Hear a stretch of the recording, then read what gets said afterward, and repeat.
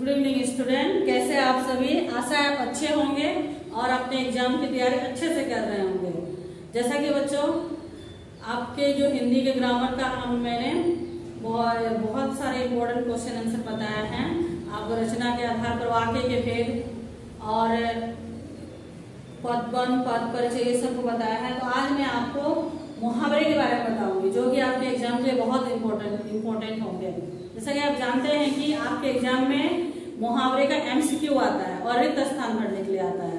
ठीक है, एमसीक्यू में बच्चों आपका उचित अर्थ मिलान होता है, मुहावरे के साथ, और रिक्त स्थान में भी आपको मुहावरे भी भरना होता है। इसलिए मैंने आपको कुछ इम्पोर्टेंट मुहावरे दिए हैं और उसके अर्थ बताए जो आपके एग्जाम के लिए आपको हेल्पफुल होंगे। तो बच्चों यहाँ देखिए चार चांद लगाना, उसका क्या होगा अर्थ, शोभा बढ़ना।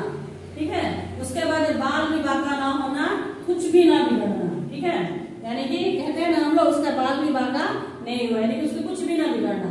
तीसरा है खिचड़ी पकाना, गुप्त योजना बनाना, यानी कि जब कोई लोग 3-4 लोग बैठ के बातें करते रहते हैं तो हमें आशंका होता है कुछ तो कुछ हो रहा है, तो उसका होगा गुप्त योजना बनाना। चक्कर खाना यानी कि भ्रमित होना, यानी कि मतलब किसी चीज को करने में हम लोग नर्वस हो जाते हैं, भ्रमित हो जाते हैं। उसके बाद पांचवा है सातवें आसमान पर होना। तो इसका अर्थ क्या हो, बहुत खुश होना।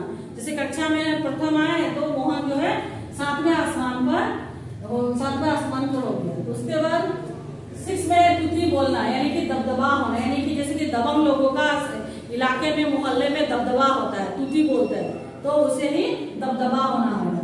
उसके बाद 7 में नमक मिर्च लगाना, इसका होगा बढ़ा चढ़ा के बोलना। कभी कभार हम लोग देखते हैं ना, कोई भी बात को कोई इंसान छोटी छोटी बातों को भी बहुत ही बढ़ा चढ़ा के बोलते हैं, यानी कि नमक मिर्च लगा के बोलते हैं। तो उसके बाद क्वेश्चन नंबर 1, ये दबे पांव आना, यानी कि चुपचाप आना। जैसे कि चोर चोरी करने के लिए घर में दबे पांव आते हैं, तो इसका अर्थ हो गया दबे पांव, चुपचाप आना। और 9 में नाक काटना यानी कि इज्जत उतारना। जैसे कि कोई अगर किसी का बेटा या बेटी अगर गलत काम करते हैं तो माता पिता का नाक काट देते हैं, तो उसका अर्थ होगा इज्जत उतारना। उसके बाद है 10 नंबर में 10th में है हाथ मलना, यानी कि पछताना। जैसे कि मोहन ने गलत व्यवहार किया, वो हाथ मल रहा है, तो इसका हाथ मलना यानी कि पछताना। इसी प्रकार से आप लोगों को रिक्त स्थान भरना पड़ेगा, यानी अर्थ पता होगा आपका मुहावरे का, तभी आप लोग रिक्त स्थान भी भर सकेंगे और एमसीक्यू भी कर सकेंगे जिसका उचित अर्थ के साथ मिलान होता है।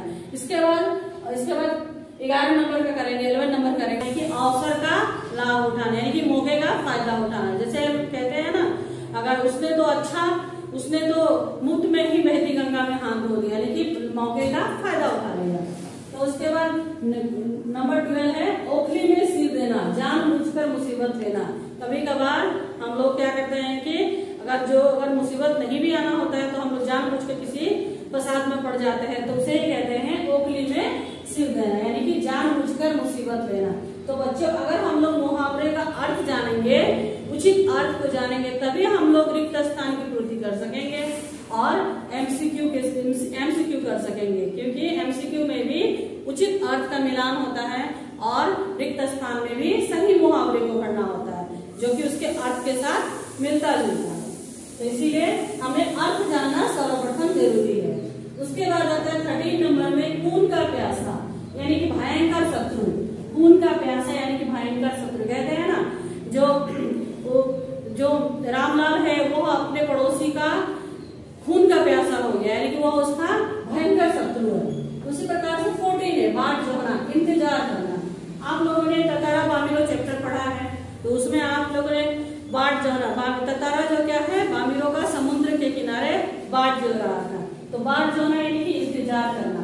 उसके बाद है 15 में लोहे के चने चबाना, यानी कि बहुत मेहनत करना। बड़े भाई साहब रात दिन लोहे के चने चबाते थे, यानी कि पढ़ाई में बहुत ज्यादा मेहनत करते थे।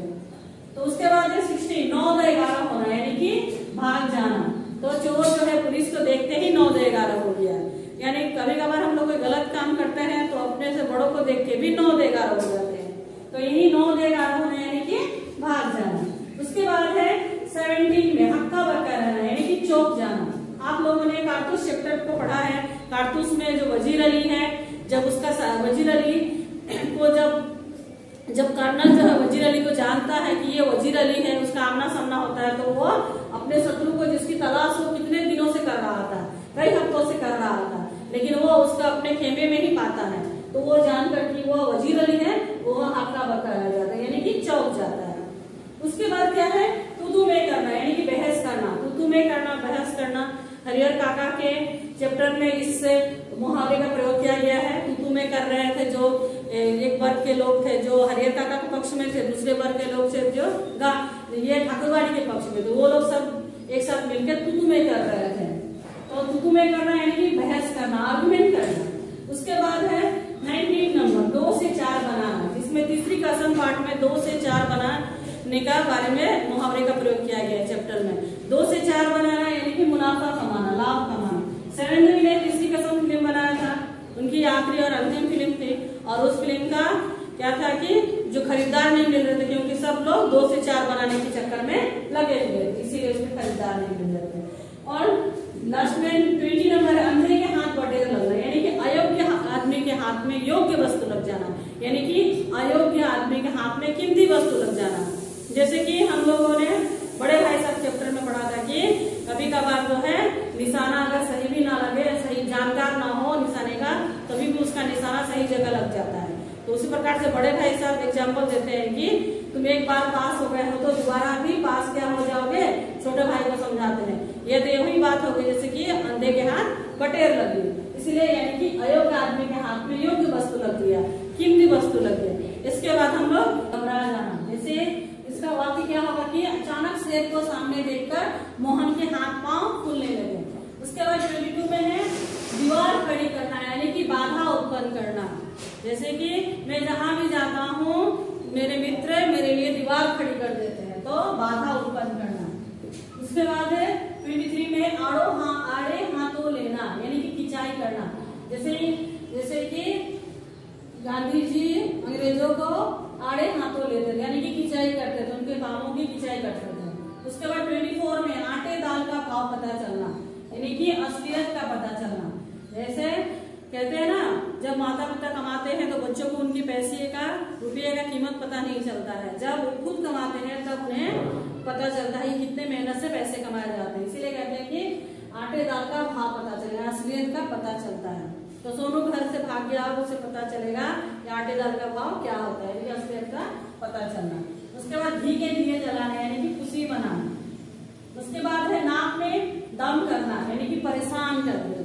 ठीक है, ये बच्चे शोरगुल करते हुए अध्यापक के नाक में दम कर दिए हैं। उसके बाद है 27 चेहरा मुरझा जाना, यानी कि उदास होना।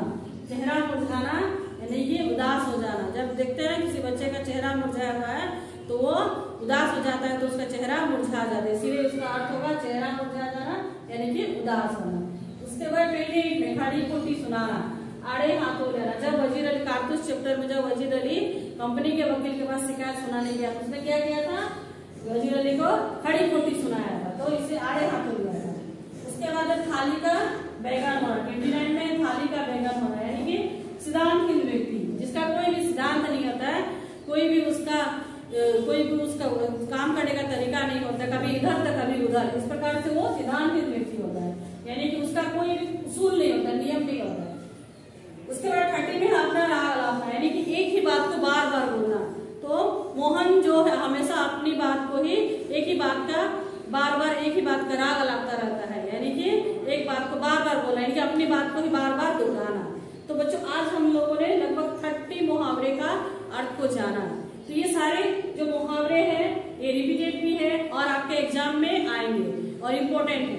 तो बच्चों जैसे MCQ हो गए, अर्थ का मिलान करना है, रिक्त स्थान करना है, तो सारे इन्हीं मुहावरों के द्वारा आप सॉल्व कीजिएगा। ये सारे इम्पोर्टेंट है और आपके एग्जाम में आ सकते हैं। तो आशा है बच्चों आज आप लोगों ने मुहावरे का उचित अर्थ को जाना और अच्छी तरह से पढ़ाई किया। तो अगले कक्षा में हम लोग इसके बारे में और अगले कक्षा में हम लोग रचना के आधार के वाक्य के बारे में और भी जानेंगे जो आपके एग्जाम के लिए बहुत इंपॉर्टेंट होंगे। बच्चों आप इसे पढ़ें और दूसरे बच्चों को भी इसे शेयर करें ताकि वे भी बच्चे अच्छी तरह से पढ़ सके। धन्यवाद।